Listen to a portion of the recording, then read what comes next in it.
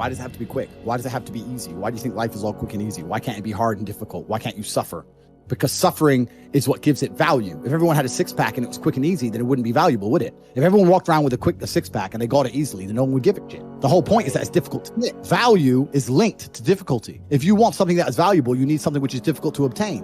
You shouldn't be thinking about quick and easy. You should be thinking about hard, suffering, pain, going through it. That's what you should be thinking about. This is going to be hard, but I'm going to do it anyway. Because when it is done, then everyone's going to know that I went through something difficult. Nobody, absolutely nobody, gives a fuck about you as much as you're going to have to do otherwise.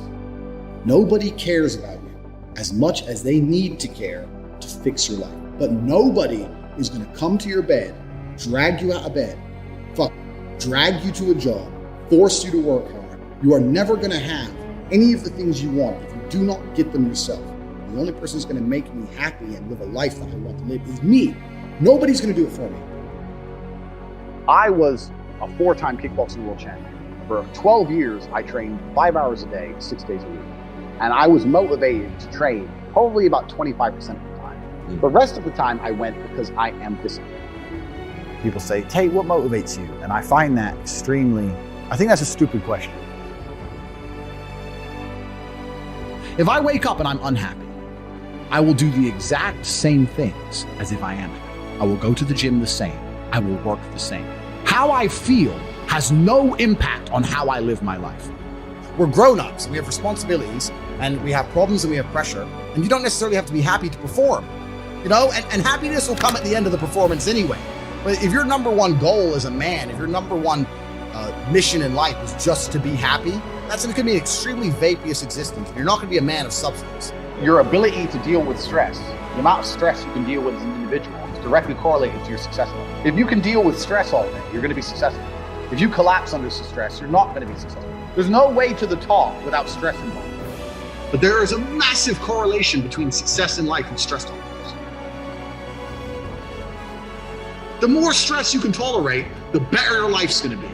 One of the only things in this world you can control is your state of mind. You can't control the weather, you can't control other people, you can't even control your health. One of the very few things in the world you have genuine control over is your state of mind. If you can't control that, then you're just a feather in the wind, and life's gonna blow you around. I can't imagine truly wanting to quit something and not being able to quit. I can't imagine it. When I talk to people who say, I want to quit smoking, I say, when? They go, oh, well, soon. Well, that means you don't want to quit. You want to keep smoking for a while and quit later. I can't imagine a mind frame or a mindset where I want to do something and can't do it.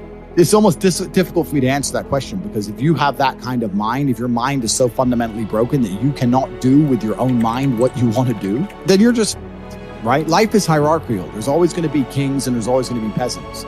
If you have a mind that you can't control, then you're never going to be a king. You're going to be a peasant. That's your life. You have a peasant's life ahead of you, and that's your destiny. Enjoy, right? There's always been peasants. That's life. But I believe that the most important thing you can do as a man is to gain control of your mind. Once you have control of your mind, life is so ridiculously easy. People say to me, Tate, you're in good shape. All you do is drink vodka and travel the world. You're never even home. You never even have a gym. How do you do it? It's ridiculously easy if you control your mind. If I decide to do 1,000 push-ups, I'll do them. Maybe I have to do them one at a time. Maybe I'll get tired. Maybe I need a break. I'm going to do 1,000 because I said I'm going to do 1,000. Everyone knows what they're supposed to do. You either control your mind or you don't. And all of these things stem from the same problem. It's something you can do. It's something that is learned. It's something that is taught. Depression is the ultimate motivation. If you're unhappy with your life, if you're depressed, I don't expect you to be popping pills and sitting laying in bed. I expect you to give me a huge list of everything you're achieving per day. Depression's a fantastic motivation, but people are told the opposite. No, a lot of people's problems are all in their mind. I'm not saying that mental conditions aren't real, because absolutely some are, but I try and explain to people, look, the only thing on the planet you have genuine control over is your state of mind. You can't control the weather, you can't control anything. The only thing you can affect in genuine real time is how you feel in your head.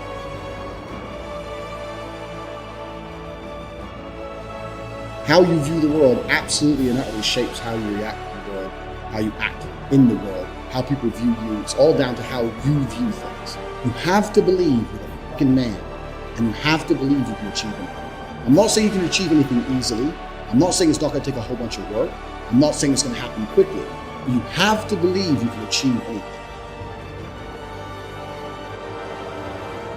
When I tell people that you are the sum of the 5 people you spend the most time with, everyone agrees. They go, yeah, that's probably true. And then they continue to hang around with people who they don't want to be. Why? There has to be a point where you sit and go, okay, you're my friends, etc., etc. I love you guys. Yeah, we can talk, whatever. But I'm on a different life path. You have to leave some people behind.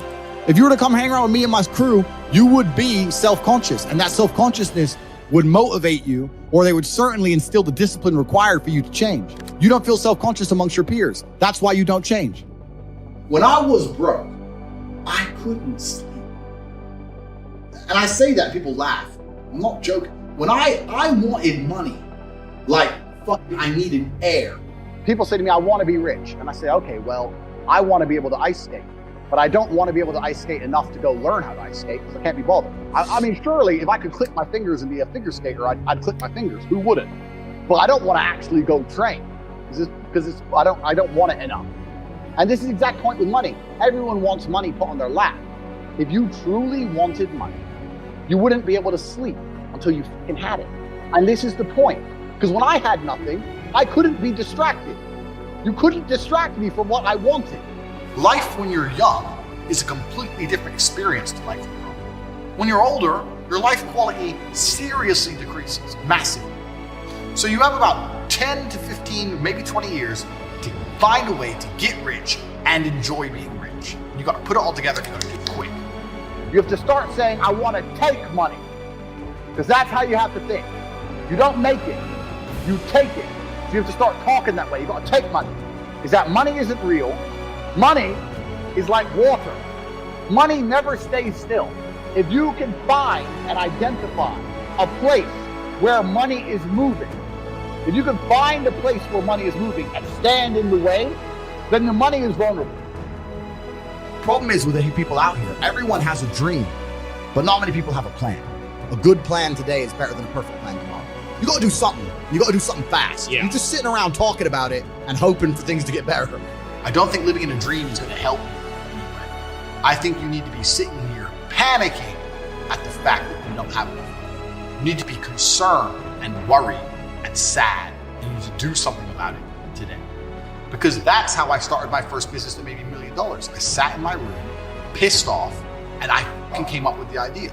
Most people see people with things they want and they don't do the second half. They don't try and work out how they got that thing. Oh, my man has a Ferrari. Okay. I wish I had a Ferrari. Okay. They don't sit there and go for an hour. How did he get a Ferrari? It doesn't cross that part is the part they don't want to do, right? They just go, oh, he has a Ferrari. Wish I had a Ferrari. And they go back to TV. Yeah. And that's why they lose. You need to understand that in this world, there's a whole bunch of people doing amazing shit you are not doing. And that needs to piss you off. Because if it pisses you off, you become motivated all of a sudden.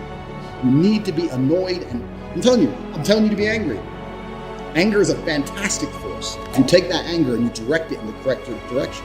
And listen, you may feel fired up for 10 minutes after this little talk, but you're not going to feel fired up forever. You need to put systems in place. You need to get discipline. You need to get an atmosphere of people around you who are going to keep you accountable and not make it easy for you to continue to be a fucking nobody. And then you're going to fix your life. Otherwise, you're going to stay a nobody. If you were genuinely pissed off about your situation, you would not need me to motivate you. You would motivate your fucking self, and you would do something to change it yourself. Motivation isn't real. Everyone says this. Motivation is not real. Discipline's real. I do not feel like training, but I still train because I'm a disciplined individual. You don't get to go through life only doing the things you feel like doing.